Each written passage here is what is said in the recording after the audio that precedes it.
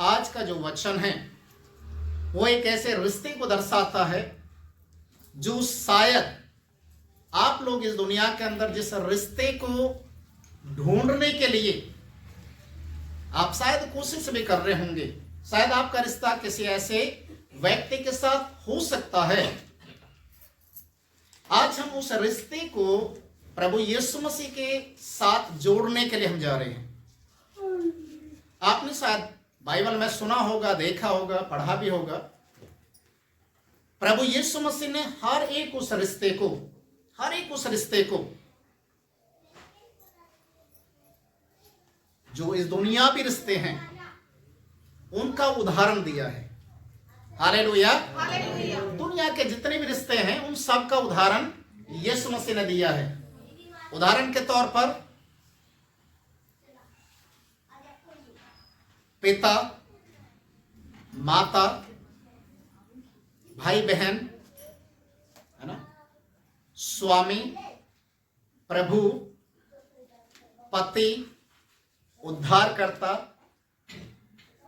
और इस तरीके से परमेश्वर ने अपने आप को संबोधित करते हुए, यीशु मसीह ने अपने आप को संबोधित करते हुए हर एक कलीसिया के लोगों के साथ उस रिश्ते को बनाने के लिए प्रभु यीशु मसीह ने अपने आप के लिए कहा, मैं तुम्हारा पति हूं, मैं तुम्हारा स्वामी हूं, मैं तुम्हारा प्रभु हूं, मैं तुम्हारी माता हूं, मैं तुम्हारा पिता हूं।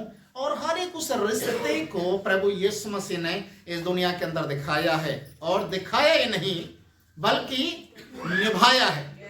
Hallelujah, hallelujah.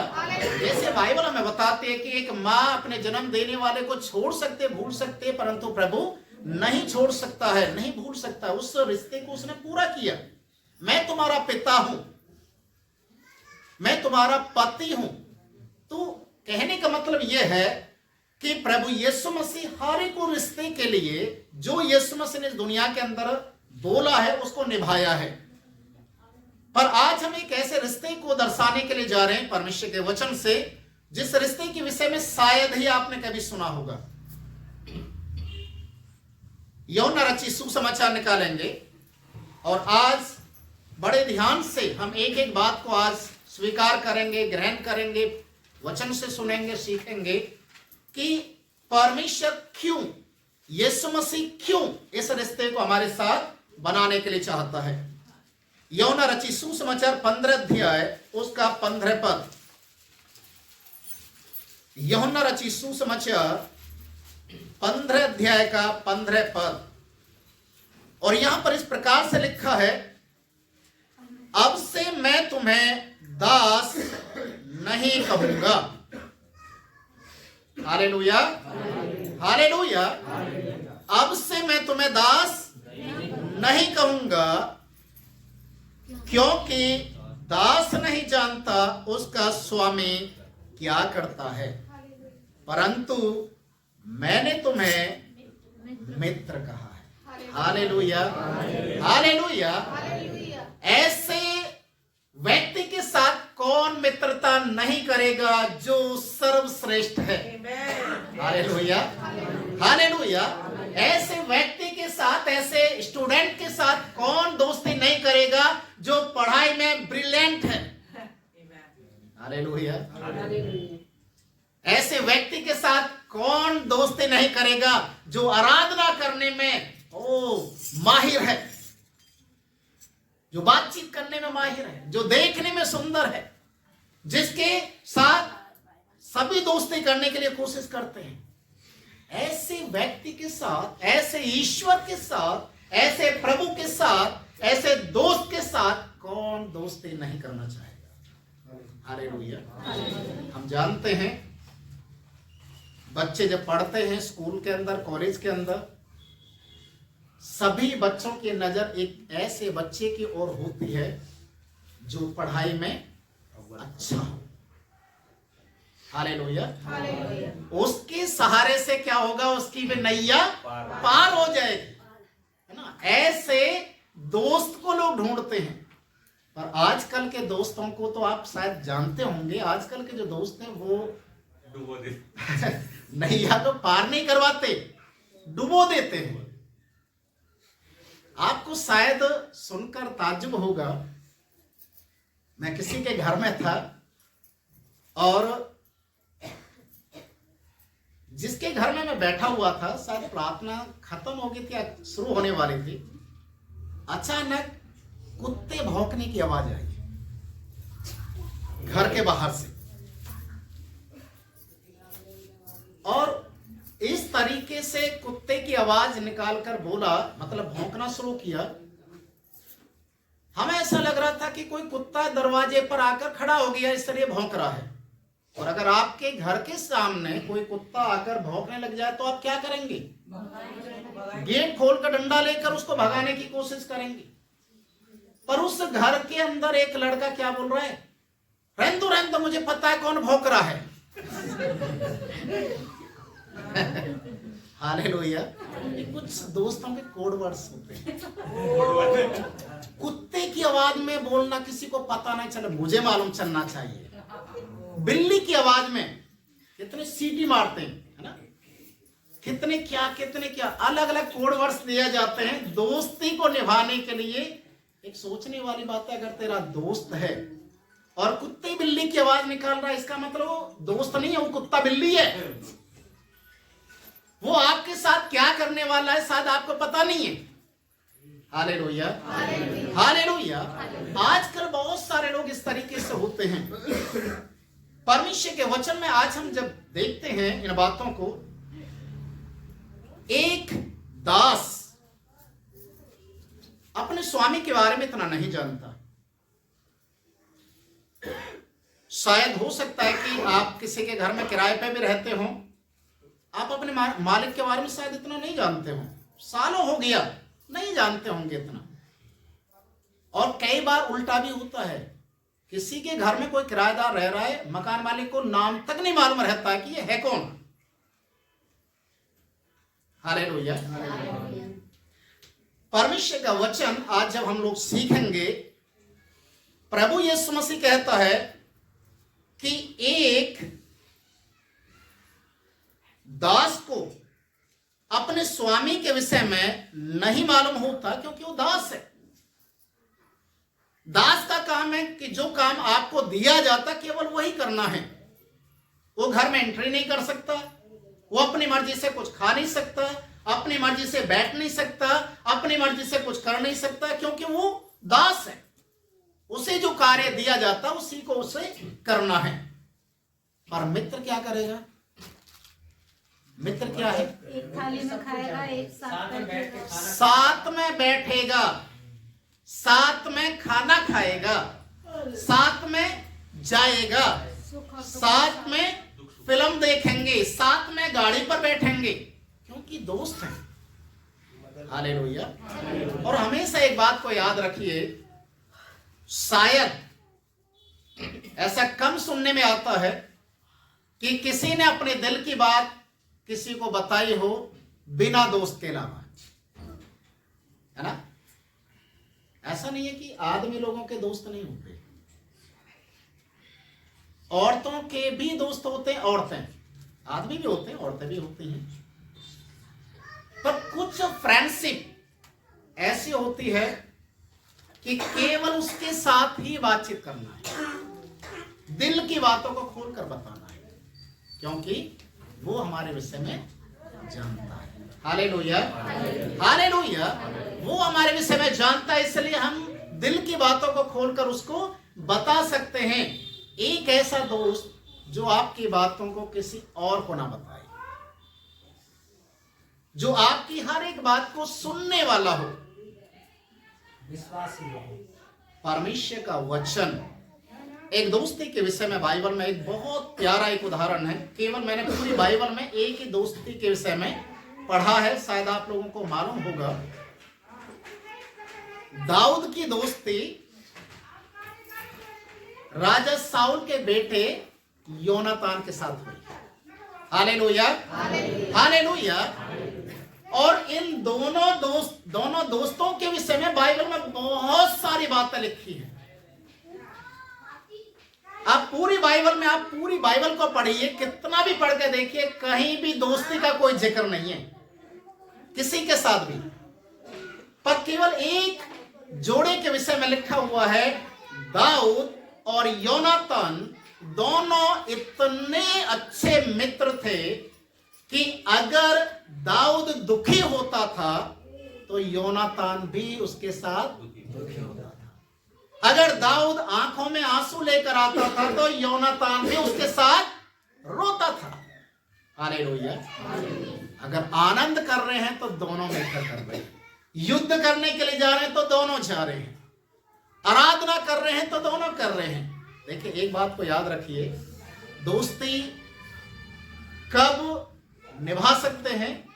जब आप दोनों का ईश्वर एक हो, आपके विचार एक दूसरे से मिलते हो, आपका स्वभाव आपके दोस्त को पसंद आए, तो ये दोस्ती हमेशा आगे बढ़ती है। और शायद आप लोगों ने देखा होगा, इस दुनिया की जो दोस्ती है वो लोभ और लालच पर टिकी हुई है। लोभ और लालच, अपना उल्लू सीधा हो जाए उसके बाद उठाकर फेंक देते रिश्ते।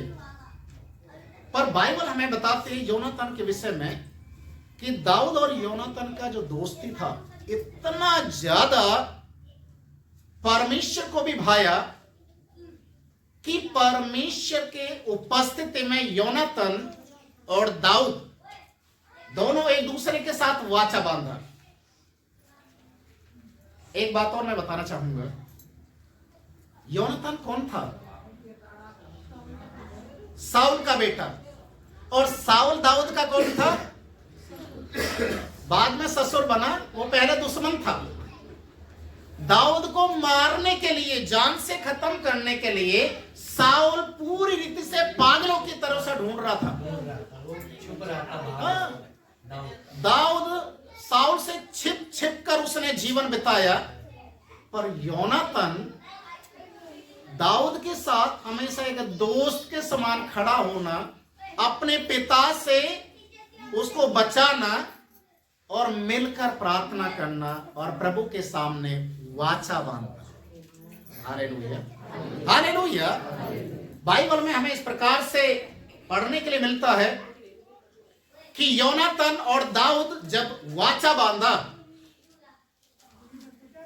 कि मैंने तेरे साथ कोई बुराई नहीं की है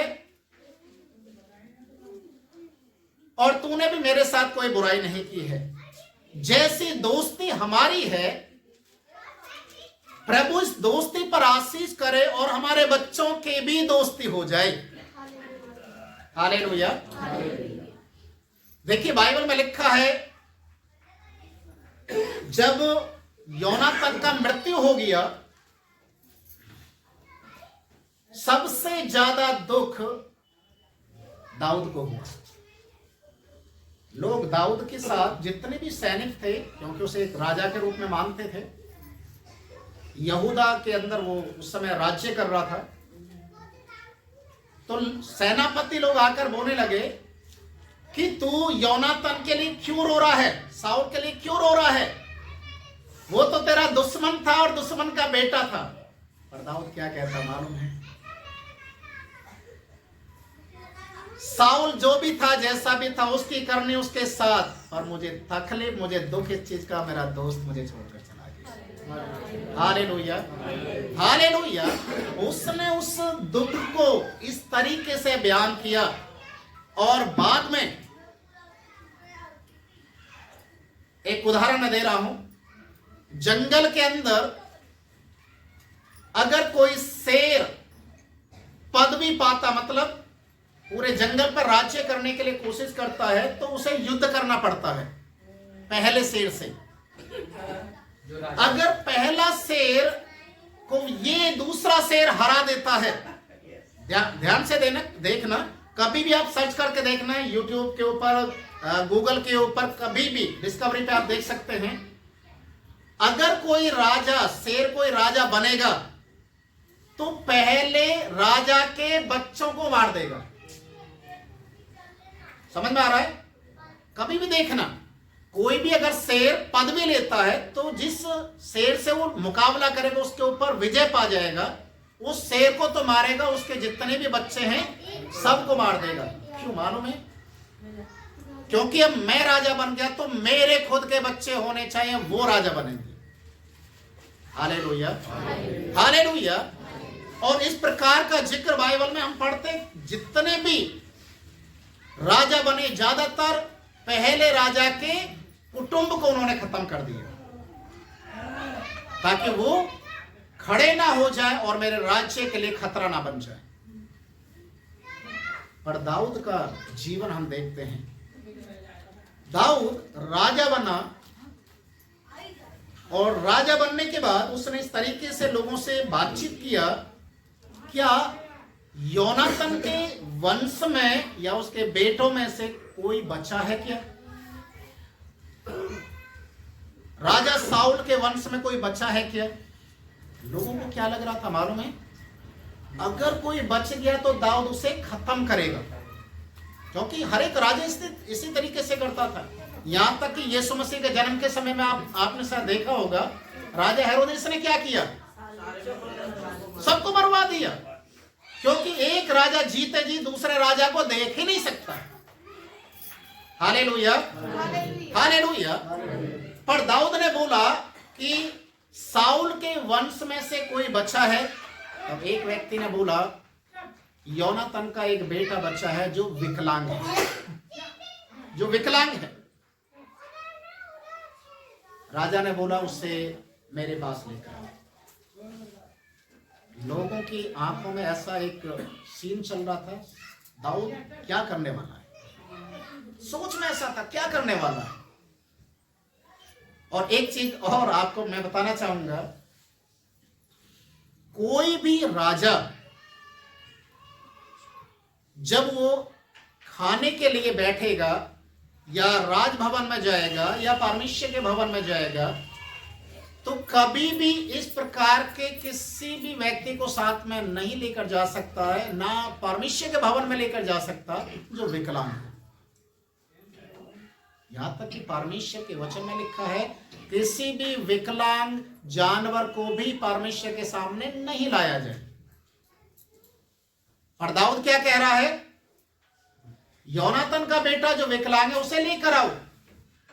उसको लाया गया और दाऊद क्या कहता मालूम है?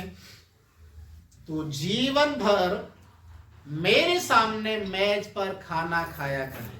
Hallelujah, hallelujah, hallelujah. उसने लोगों की परवाह नहीं किया, व्यवस्था की परवाह नहीं किया कि व्यवस्था में क्या लिखा है, इस तरीके के विकलांग को सामने नहीं रखना है। क्योंकि लोग, बहुत सारे लोगों का मानना ऐसा है, अगर कोई अच्छे काम के लिए जाए, कोई विकलांग, कोई इस तरीके का व्यक्ति सामने आ जाए तो लोग बोलते हैं दिन खराब हो गया, अशुभ हो गया। पर दाऊद के दिमाग में एक ही चीज था कि इसका बाप मेरा दोस्त था, इसलिए मुझे दोस्ती निभाना है, इसको जीवन भर बेटे का, पिता का प्रेम देना और बेटे करके इसको संबोधित करना। Hallelujah, hallelujah.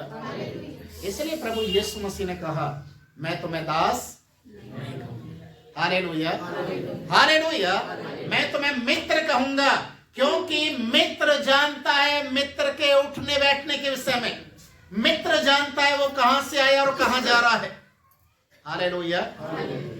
आप अपने दिल की सारी बातों को प्रभु को खोलकर बता सकते हैं, क्योंकि प्रभु आपकी बातों को इधर से सुनकर उधर नहीं। बाइबल में इस सब मित्रता के लिए, प्रभु के साथ एक सही रिश्ते को रखने के लिए, एक दोस्त के रिश्ते को रखने के लिए, जिस व्यक्ति ने अपनी मन की बातों को प्रभु को खोलकर बताया, प्रभु ने उसकी आंखों में आंसू फिर से नहीं आने दिया। हालेलुया। पर ऐसे भी मित्र होते इस दुनिया में जो बार बार दोस्त की आंखों में आंसू लाने के लिए उपाय ढूंढते हैं। हालेलुया। नीति वचन की किताब उसका 17 अध्याय उसके 17 पद में इस प्रकार से लिखा है, नीति वचन 17 का 17, मित्र सब समय में प्रेम रखता है। एक मित्र का एक स्वभाव है, याद रखिए, चाहे दुख हो, चाहे समस्या हो, अमीरी हो, गरीबी हो, सच्चा मित्र वही है जो हर समय अपने मित्र के लिए खड़ा हो जाए। Hallelujah, hallelujah. और बाइबल में लिखा है वो ऐसे समय में, विपत्ति के समय में, वो मित्र जो हर समय अपने भाई के लिए, अपने दोस्त के लिए खड़ा होता है, वो विपत्ति के समय में भाई बन जाता है। Hallelujah, hallelujah. अजी जो मेरे साथ में बहुत सारे लोग दोस्ती करते हैं, बहुत सारे लोगों ने दोस्ती किया। कोई बोलता है आप मेरे बड़े भाई हैं, कोई कहता है कि आप मेरे बहुत जिगरी दोस्त हैं। पर शायद मैंने जो देखा है अपने मसीह जीवन के अंदर में, इस तरीके से बोलने वाले पादरी भी और विश्वासी भी ज्यादातर धोखा देने वाले ही मुझे मिले। जब मैं मसीह में नहीं था तो मेरे बहुत सारे दोस्त थे, बहुत सारे। यहां तक कि अगर बोला जाए कि किसको ठोकना, किसको तोड़ना है, सिर्फ इशारा करने वाली बात थी। टीचर भी हमारे सामने कांपने लग जाते थे, क्योंकि हम टीचरों को भी नहीं छोड़ते थे। बहुत अच्छी दोस्ती थी। पर जब मैं प्रभु यीशु मसीह के पास आया तो सारे दोस्तों ने मेरे से नफरत जैसा करना शुरू कर दिया कि ये ईसाई बन गया। और धीरे धीरे उनके साथ मेरा उठना बैठना लगा, अब सब कुछ बंद हो गया। उनमें से केवल एक ही व्यक्ति है जो मेरे स्कूल के समय में मेरे साथ पढ़ता था, और आज भी जितने भी ब्याह शादी, दुखी या गम वाले जो भी घर परिवार में कोई भी घटना घटती है, तो हम आज भी एक दूसरे के साथ खड़े हो जाते हैं। और मैं आपको बताना चाहता हूं, लगभग शायद 30 साल से ज्यादा हो चुका हमारी दोस्ती को, और अभी भी वैसा ही है। हमारे सबके बच्चे बड़े बड़े हो गए, बच्चे भी इस बात को याद करते हैं और बोलते हैं कि आपकी दोस्ती बहुत अच्छी है। और परमेश्वर के नाम को धन्यवाद हो। मैं संसारिक दोस्ती के ऊपर इतना जोर नहीं दे रहा, मैं जोर दे रहा हूं उस ईश्वर के दोस्ती के साथ, उस यीशु मसीह की दोस्ती के साथ जिसने मेरा हाथ उस समय में थामा जब मैं निराश हो गया। उस समय में उसने मेरे हाथ को थामा जब लोगों की ओर से या समाज की ओर से मेरी आंखों में आंसू आए थे। Hallelujah, hallelujah. मैंने अपने दिल की सारी बातों को उस ईश्वर को, उस यीशु मसीह को बताया कि प्रभु मैंने आपके साथ हाथ मिलाया है, मैं नहीं चाहता कि ये हाथ हमारा छूट जाए। अजीजो, हमेशा इस चीज को याद रखिए, सच्चा मित्र वही है जो दुख के समय में और ऐसे समय में आपके साथ खड़ा होकर एक भाई का फर्ज अदा करे। कभी कभी लोग ऐसा कहते हैं, जहां आप रहते हैं, जहां कहीं भी रहते हैं, अपने पड़ोसी लोगों के साथ बना के रखें, क्योंकि दुख और समस्या के समय में वही आपके साथ खड़े होंगे, आपके रिश्तेदार नहीं आने वाले। Hallelujah, hallelujah. तो दोस्ती उसके साथ करें जो दोस्त होने के लायक हो। प्रभु के नाम को धन्यवाद हो। यहां पर आज हम जब देख रहे हैं कि किस तरीके से परमेश्वर एक दोस्ती के विषय में यहां पर बातचीत करता है, और एक सही एक मित्र का एक उदाहरण जो बाइबल के अनुसार दिया जाता है, वो योनातान और दाऊद का एक मित्रता है। पहला शमूएल की किताब उसका 18 अध्याय 4 पद, कोई भी अगर पढ़ सकता है तो पढ़े जरा। पहला शमूएल 18 का 4।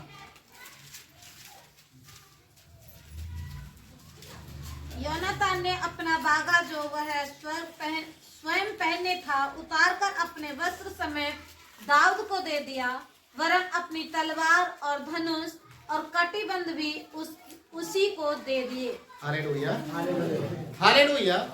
ये मित्रता का एक बहुत प्यारा एक उदाहरण है। देखिए, एक सोचने वाली बात है। योनातान राजा का बेटा है, राजकुमार है। राजकुमार के पास जो कपड़े पहनने के होंगे वो कैसे होंगे? कीमती कीमती, क्योंकि वो राजा का बेटा है। और एक आम व्यक्ति प्रजा का एक व्यक्ति वो साधारण कपड़े पहन कर रखेगा। पर दाऊद के साथ योनातान का दोस्ती देखिए इतनी हद तक नीचे चला गया कि योनातान ने अपने कपड़े, राजकीय वस्त्र उतार कर अपने दोस्तों, हालेलुया, यहां तक कि अपना बागा, अपनी तलवार, अपना जो उसने पहना वो दाऊद को दे दिया। तो क्या योनातान नंगा गया होगा अपने घर? नहीं, उसने दाऊद का पहना। Hallelujah, hallelujah. देखिए कितनी अजीब और अनोखी बात है ना? दोस्ती, उसने अपना वस्त्र तक उसको दे दिया, अपना जो राज के जो तलवार थी उसके हाथ में उसको भी दे दिया। क्या उसका पिता इस चीज को देखकर खुश हुआ होगा? नहीं, वो तो चिढ़ गया, इतना जलन से भर गया कि मेरा बेटा राजकुमार होने के बाद एक गरीब के फटे हुए कपड़े ने पहनकर आ रहा है, इसके कपड़े कहां हैं? जब मालूम चला दाऊद को पहना क्या है, और दाऊद के प्रति उसके अंदर में नफरत पैदा हो। हालेलुया। कभी कभी शायद हम लोग संसार में रहते हुए कई बार किसी के कपड़ों को एक्सचेंज भी कर लेते हैं। कई बार ब्याह शादी में जाना है, अरे अपना शॉल दे देना, अपना पैंट दे देना, अपना ये दे देना। शादी में जाना है, किसी और के कपड़े पहन के भी चले जाते हैं और वहां पर जाकर फोटो करवाते, बाद में कपड़े उतार के वापस दे देते। ऐसा होता है या नहीं? ये एक संसारिक है, पर बाइबल के अनुसार देखिए कितना प्यारा यहाँ पर एक रिश्ते को दर्शाया गया है कि उन्होंने एक दूसरे को सराहाया।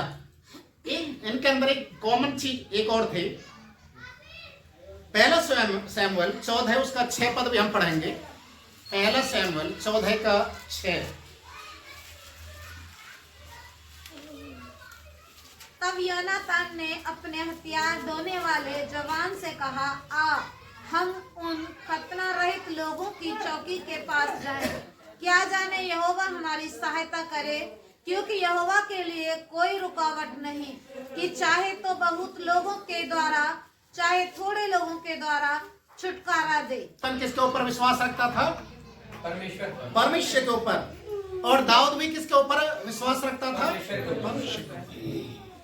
दोनों का परमेश्वर एक ही था, याद रखिए। इसलिए इनका दोस्ती और गहरा हो गया। हालेलुया। जैसे दाऊद परमेश्वर के ऊपर अटूट विश्वास करता था, वैसे ही योनातान भी परमेश्वर के ऊपर अटूट विश्वास करता था। हालेलुया। अगर आज आपकी दोस्ती किसी के भी साथ होती है, आप उसको एक बात शेयर करके देखिए। मेरी दोस्ती आपके साथ उस समय तक चलती रहेगी और मजबूत रहेगी जब तक हम दोनों अपने ईश्वर के प्रति ईमानदार न हों।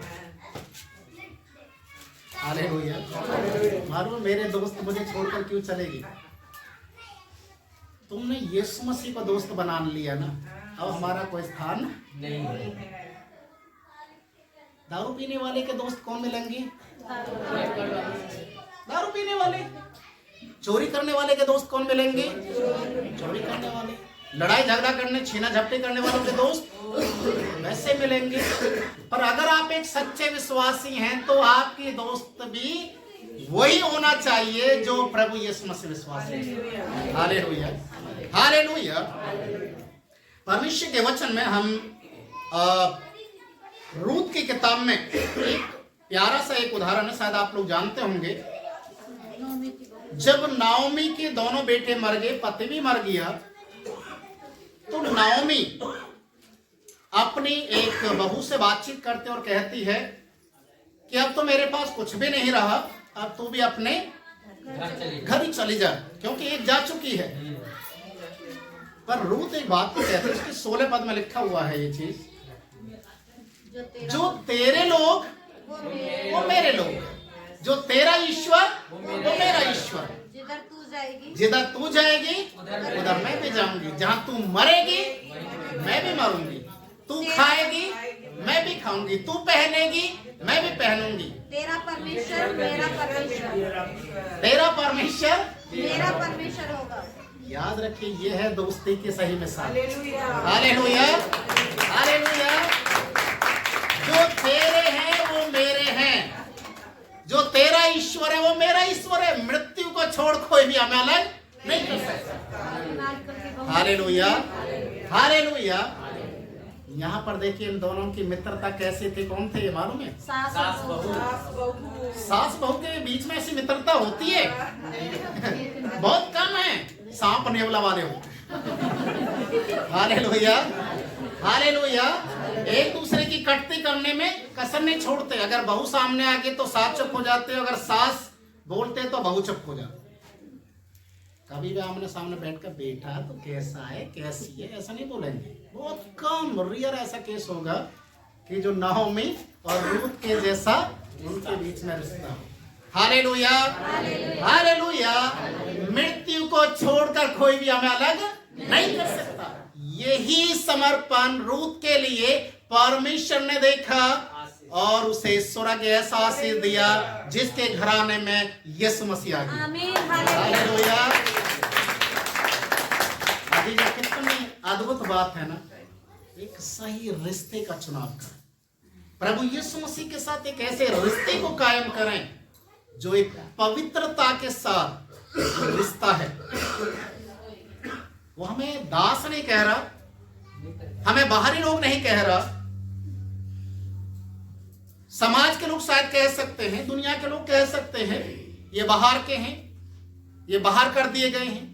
और यीशु मसीह के साथ जो जिसने रिश्ता रख लिया, एक ऐसा रिश्ता जो दोस्ती वाला है, अपनी सारी बातों को, प्रभु यीशु मसीह ने एक बात को और कहा, जब तू प्रार्थना करे, मेरे से बातचीत करे, मुझसे मिलना चाहे, एकांत में आ जाना, दरवाजा बंद कर देना, लोग ना सुने, मैं सुनूंगा।